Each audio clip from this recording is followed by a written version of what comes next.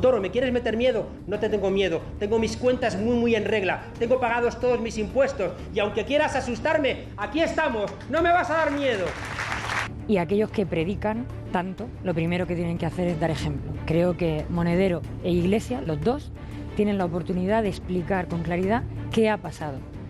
Porque además, con la declaración complementaria de Monedero se demuestra que algo pasaba. Pero que lo explique sencillamente, o que explique, por ejemplo, cómo ha podido pagar a tocateja 200.000 euros para una irregularidad fiscal ya reconocida en el momento en que se paga, cuando esa misma mañana había dicho que tenía todos los papeles en orden. Yo creo que al final a Podemos hay que exigirle lo mismo que exigen a los demás, que es transparencia. Y cuando hablamos de ética y cuando hablamos de honestidad, hablamos de ética y de honestidad para todo el mundo que esté en la vida pública y además intentando dar lecciones a los demás. Y cuando el pueblo, como os decía al comienzo, cuando vosotros entendéis que cada vez que nos atacan a nosotros o se están atacando a vosotros, se les han acabado las mentiras, se les ha acabado la amenaza, se les ha acabado el miedo, porque ahora sí que es verdad que podemos, ahora sí que es verdad que podemos. El único que se puede sentir amenazado, lo insisto, es el defraudador fiscal.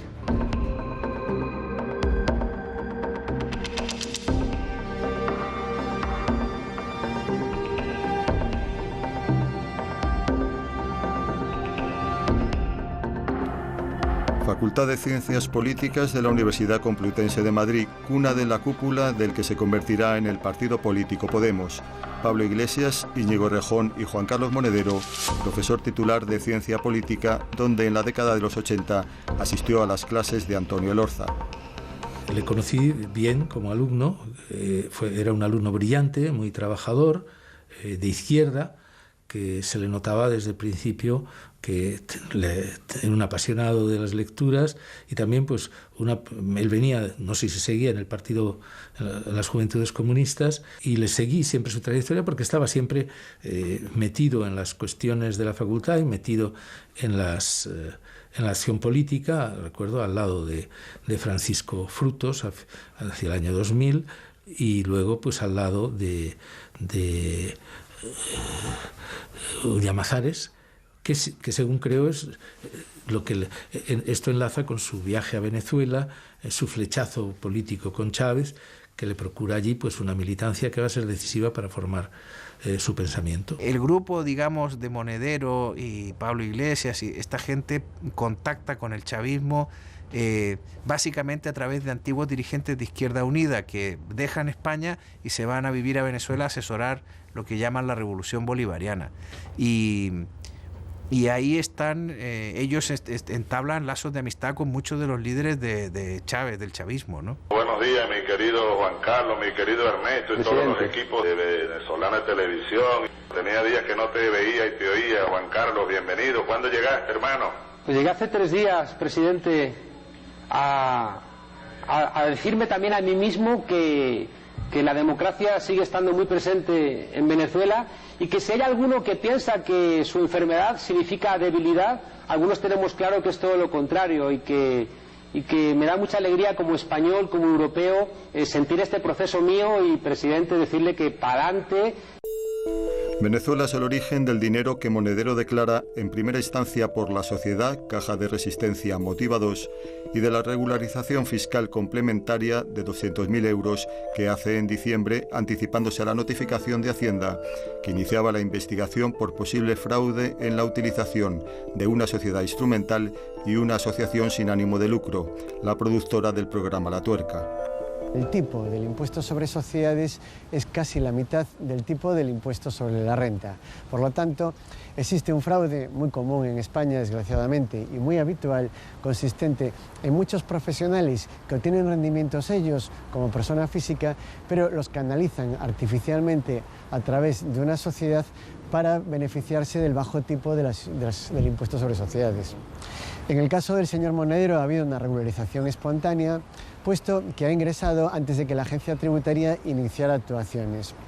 No obstante, ello que es una realidad jurídica, pues tenemos que apreciarlo en su justa medida, porque es notorio de que los medios de comunicación ya habían publicado y advertido al contribuyente de que la agencia tributaria iba a iniciar actuaciones de forma inminente contra este contribuyente. También la Universidad Complutense abre expediente informativo para esclarecer si Juan Carlos Monedero incumplió la dedicación exclusiva de su puesto de profesor titular al no solicitar permiso en su momento y cobrar sin notificarlo a la universidad, como es preceptivo. Primero debes pedir permiso, pero sobre todo si pasas de 3 meses tienes que no solo pedir permiso, sino que tienes que abonar a la universidad una parte de lo que has ganado. O te pagan menos. En cualquier caso, tiene un coste económico.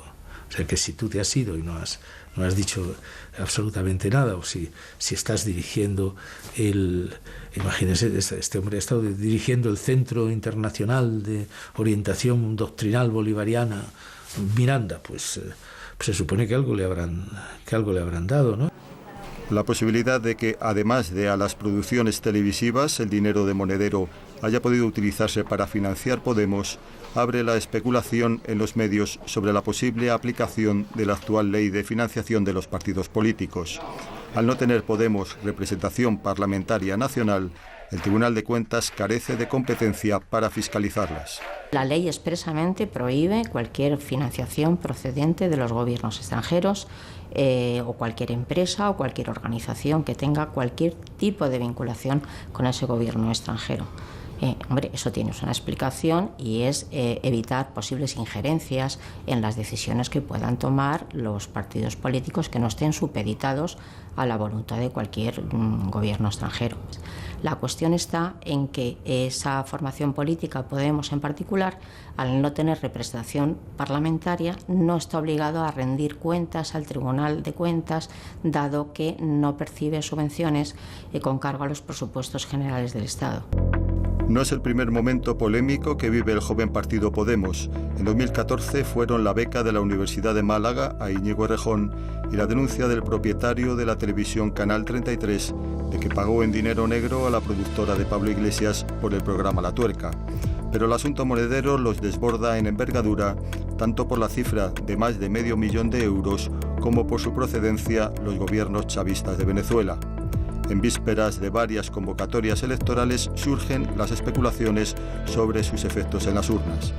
Lo que a mí más me importa es que nos cuente por qué reciben ese dinero, por qué, en qué lo han empleado, qué fines políticos tenían y qué fines políticos de ese chavismo se mantienen en la oferta de Podemos. Lo que no me parece coherente es que una persona que está diciendo que hay que tener sanidad pública y que hay que garantizarla en la Constitución, que hay que tener pensiones dignas y que eso hay que garantizar en la Constitución, que hay que jubilarse a los 60 años, que hay que dar una renta universal a todos, eso no sale de pagar pocos impuestos, eso sale de pagar muchos impuestos. Entonces, que ellos estén hablando de optimización o de que todos defraudamos Hacienda, yo no defraudo Hacienda, yo pago mis impuestos y creo que todos, la mayoría de las personas lo hacen. Entonces, me parece una contradicción que Podemos no puede sostener, a menos que se haya convertido en Podemos ser liberales.